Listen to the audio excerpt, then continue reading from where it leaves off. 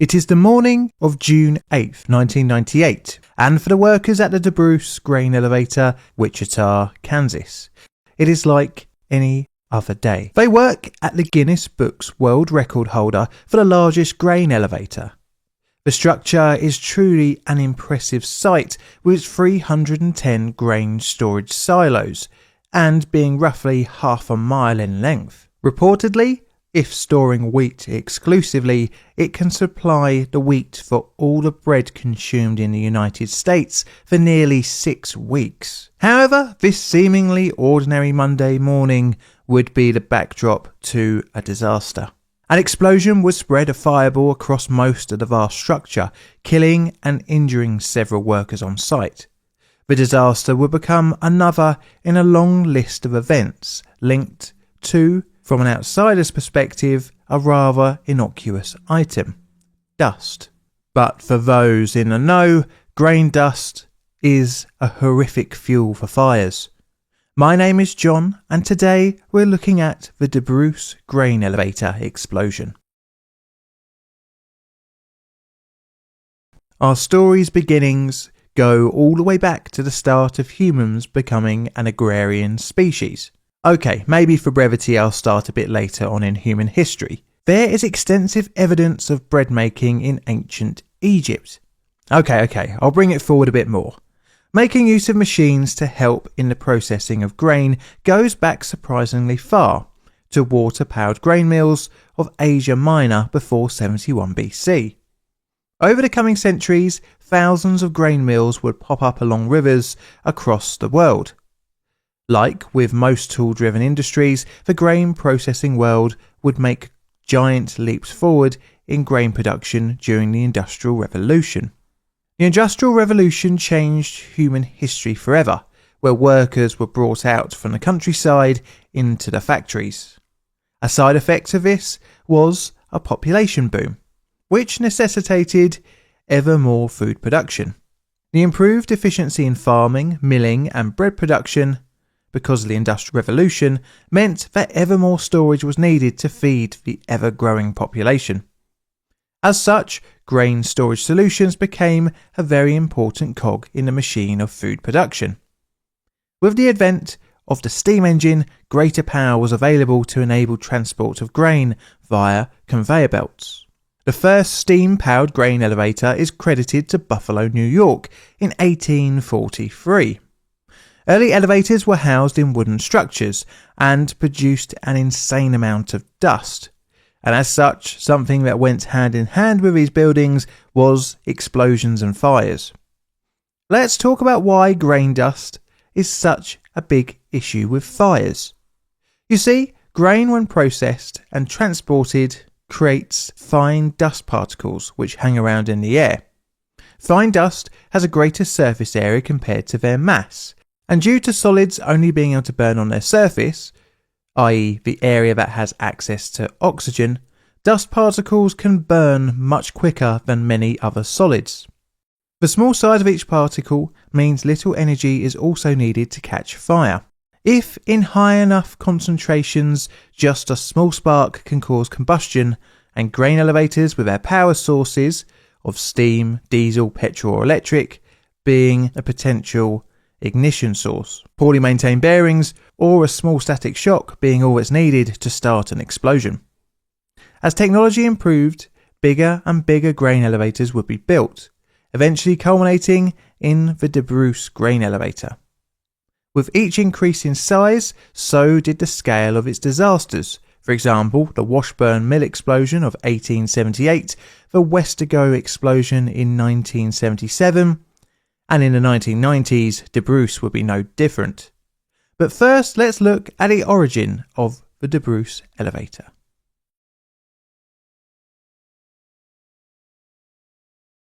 In the early 1950s, the Garvey Grain Company is overseeing a new construction. The contractor, Chalmers and Burton of Hutchinson, Kansas, are building a new grain storage complex, completing it in 1953. The massive building consists of a tall, square head house, centred in line between two identical arrays of grain silos, 30 feet in diameter and 120 feet high, arranged 3 abreast.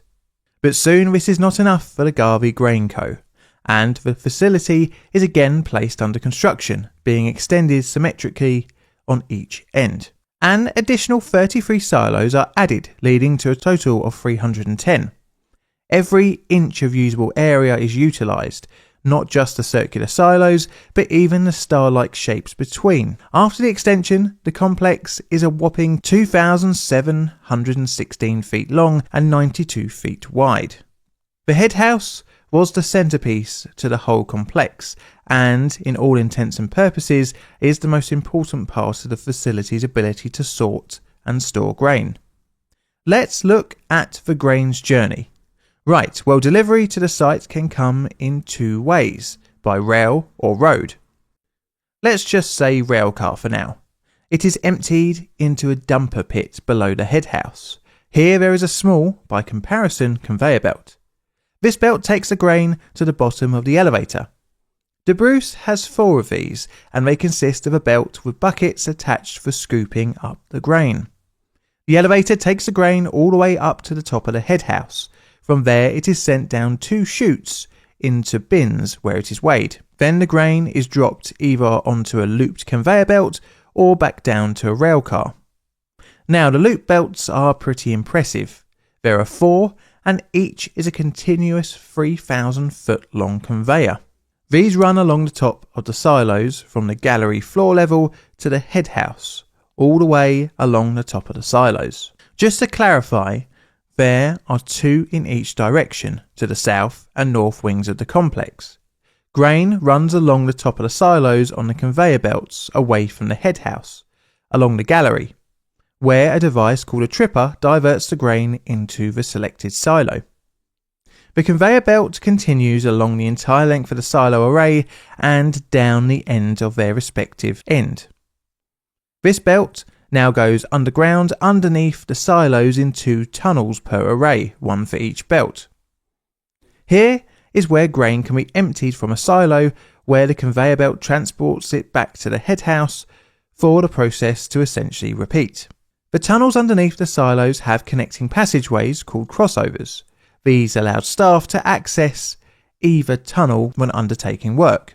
But there is one big issue with such an impressive example of storage and transportation, and it has plagued the industry for all of its history. That is of dust. You see, having such massive belts, there are multiple take-up pulleys to facilitate the constant flexing, expansion, and contraction of the belts. This produced vast amounts of grain dust in both the galleries and the tunnels. But with a problem, there was an apparent solution. That was in the form of pneumatic dust control and filtration systems. Garvey Grain Company had installed pneumatic dust control systems throughout the elevator complex. The complex would be taken over by DeBruce Grain, a company that was formed in 1978. The site had several tragedies over its operation, with 2 deaths from being trapped in confined spaces in 1978 and 83 respectively. Upon taking over, the company reportedly spent around $100,000 on updating the dust collection system, but this would prove to be not enough. Over the complex's operation, several fires had occurred, but luckily the actions of staff had stopped any further spread. A fire in early June 1998 spread in the South Array, but was subsequently extinguished. Minutes from the accident report pegged the fire to a faulty bearing, but history would repeat itself 1 week later, on the 8th of June 1998. The 20.7 million bushel storage capacity DeBruce Grain elevator was very much below full when it was storing roughly 7 million bushels, but this by no means meant it was safer. At roughly 9:18, a fire broke out on the east tunnel of the South Array. Quickly the flames ignited the dust that coated the tunnel floor. The heat and pressure caused a dust explosion to occur. The blast wave was directed down the tunnel, causing further dust to ignite. This meant heat was spread to the conveyor belt in the north tunnel through the crossover tunnels. The burning grain and dust swept along both tunnels towards the head house. As the heat and shock waves continued along the structure, several silo roofs were blown off. The dusty basement of the head house blew out, spreading hot grain and flames up the 4 elevators, blowing out the front and back of the building.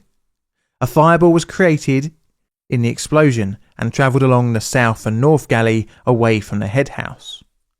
The blast then travelled back down the conveyor belt tunnels, but this time on the north array, continuing to blow out concrete chunks from the structure. It was estimated that at least 10 blasts occurred, resulting in almost every section of the building seeing some form of damage. Although the explosions happened in such a short period of time, the heat generated would result in burning grain for weeks. By 9:45, a request for all on-duty rescue team members was sent out, but several staff on duty at the time were missing. The surviving grain had spilled and filled the exposed tunnels, leaving rescue an impossible and complex task.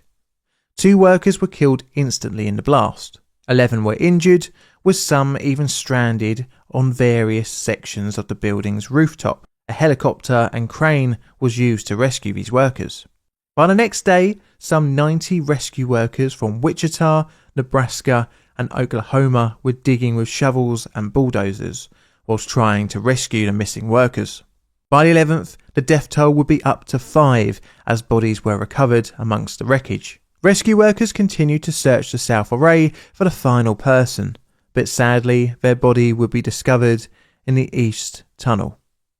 But with the grain elevator in ruins and 7 now dead, the key question had to be answered.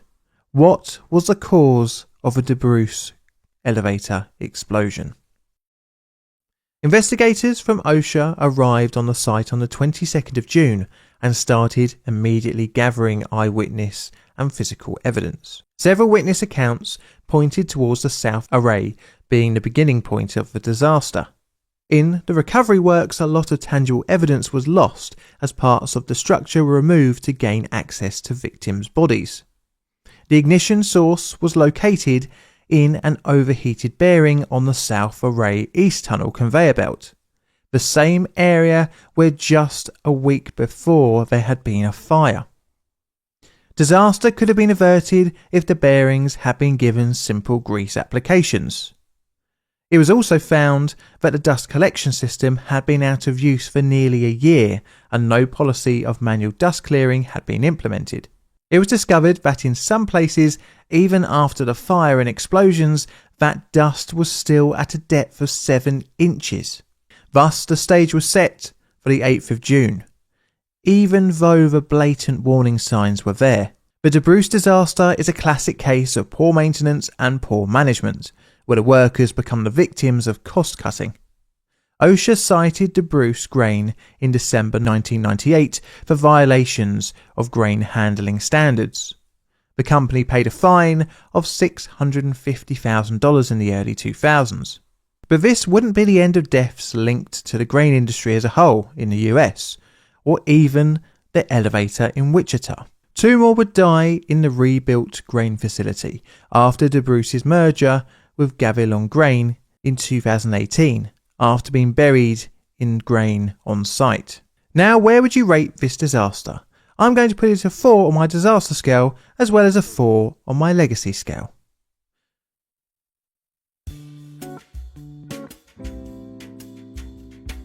This is a Plain Difficult production. All videos are Creative Commons Attribution Share Alike licensed. Plain Difficult videos are produced by me, John, in a currently sunny southeastern corner of London, UK. Help channel grow by liking, commenting and subscribing. Check out my Twitter for all sorts of photos and odds and sods, as well as hints on future videos. I've got Patreon and YouTube membership as well, so check them out if you fancy supporting the channel financially. And all that's left to say is thank you for watching.